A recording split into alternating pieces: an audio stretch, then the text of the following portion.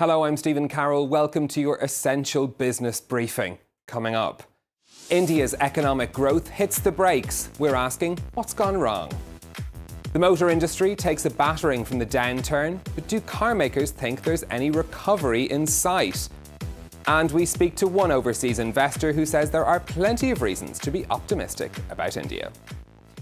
Now, just a few months ago, it was the world's fastest growing major economy. Now, the latest growth figures from India show a sharp slowdown, with expansion at just 5%. There are many factors contributing to this trend. We'll delve into some of them in just a moment. But first, this report on the effects of India's slowing economy from our correspondents. Manesar, a town near New Delhi, is a hub for auto manufacturers. But in recent months, unsold vehicles are piling up. Sales have dropped by 30% and thousands have lost their jobs.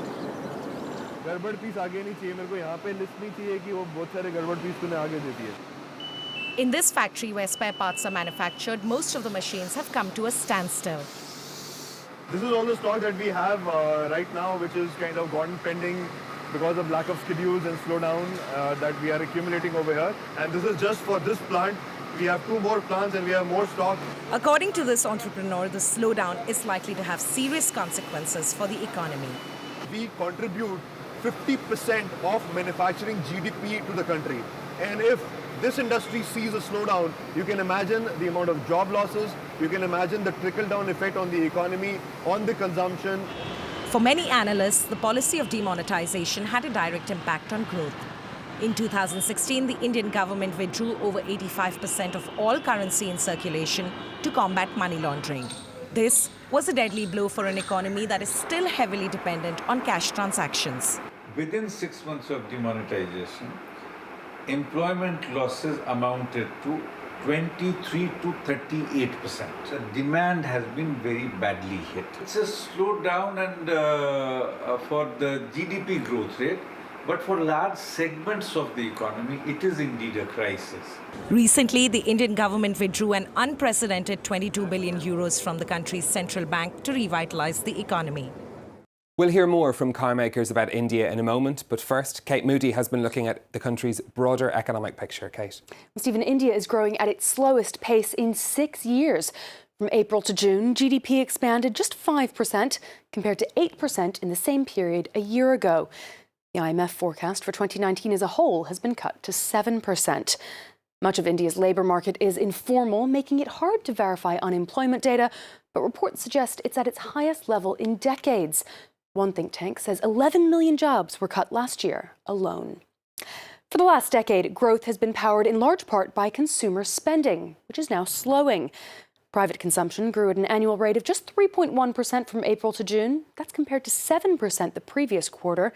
In rural areas, sales of household staples like flour, salt and cleaning products are lagging, while the country's demand for oil is the lowest in 5 years. While manufacturing output grew 12% a year ago, it's all but stagnant in 2019, and expansion in the agriculture sector has fallen from 5% to just 2%.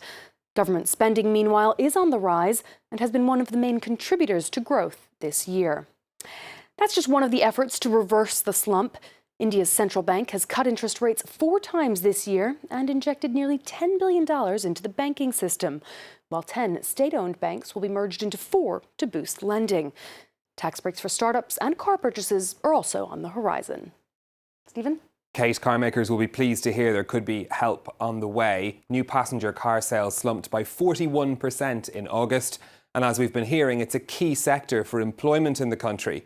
I've been speaking to car industry executives at the Frankfurt Motor Show for their view of the future of the Indian market. In India, we've seen actually the beginning of the year developing quite strongly, but over discussions on, for example, tax changes, the market has slowed down in the past couple of months. So that's the reason. So within that, BMW actually is defending a strong second position. India is a very tough market at the very moment. India, on the other hand, is a market for the volume production vehicles, and only a very, very small one for premium cars. And in that context, in the premium sector, we still see growth. Well, let's hear more now about the business environment in India. I'm joined by Alpesh Patel, who founded an India-focused private equity fund, Profinium Partners, and has also advised, among others, the British Prime Minister on building business links with India. Thank you very much for joining us. When you hear these things like a slowdown in the Indian economy, does that surprise you? No, it doesn't, because these things go through cycles. I mean, we've been involved with the Indian market for over 20 years now. The things which, in one sense, India has always disappointed. Now, I don't want to sound pessimistic because, like you said, we focus on investing in India through the private equity fund. What I mean by disappointed is people have always had aspirations of 10% growth. It's such a large economy. There's two statistics which sort of, for me, highlight the disappointment. But like I said, I don't want you to think that we're pessimistic as a result of just being disappointed. And those two statistics are, first of all, in 2018, China added, in terms of growth to its economy, 20 times as much in dollar terms as India did. So in growth terms alone, it added 20 times as much to its economy. And the second statistic, which again is a little bit pessimistic, is that for India to grow at 7% per annum, which would be considered fairly good for India, 7% per annum, it would take 53 years for it to have the same GDP per capita as France or the United Kingdom are today in dollar terms. 53 years at 7% per annum to get the same GDP per capita. So yes, there are always disappointing economic numbers for India, but overall, in terms of investment opportunities, we remain optimistic. Even so, there's been a fair bit of criticism within India of this slowdown in the economy. Now, there's obviously politics behind that as well. But Narendra Modi, was elected as the pro-business prime minister the first time around. He promised to put in place changes to make it easier to do business. Has that worked, do you think? Yeah, on the ground, when I'm in India, I think one of the critical factors which has been a sea change is the lack of corruption. Now, I'm not saying it was something which was noticeable before, because the nature of these things is that you often don't come across it face to face. It's further down the chain. You just don't know why you won a contract or why something went against you, or at the last minute you're about to invest in something and somebody pulls out a second set of books, something like that. That we don't see anymore. Now, that you can't just rely on, obviously, one person's observation. My point is that shift away is just one of the many structural changes which need to be implemented. There's many more, and they take time. The banking sector, for instance, it's going to take a long time for it to be functioning properly in order to get an increase in availability of credit, which would then boost more consumer spending, which is where a lot of this slowdown has come from. It's come from the lack of consumer spending, dipping into savings, which has meant that the cost of capital has increased for businesses, but a lot of it is micro, it's structural, and those things take a heck of a lot of time. You can't simply solve it by just spending more, because these things have been in the structure of the Indian economy for decades, and that's something which it's taking a long time, obviously, for him to solve. Not least because when you think about even just the demonetization, that's a major change, but it takes a long, long time before the benefits of it might feed in to the economy. What sort of reforms are needed for India to attract more investors, more people like you to put money into the country? Well, us or private equity firms like us, in some sense, we're almost not a good barometer, because we're just individuals, and we can find enough opportunities in a country of that size. We can find our 10 to 20 deals in a year. Of course we can, because we're sifting through so many. But we need to look at the macro side of things. And I guess several of the key things which always come to mind, first of all, lower cost of capital domestically, so the companies we invest in can borrow at a cheaper rate. That would mean a greater supply of capital. It would mean a greater savings rate.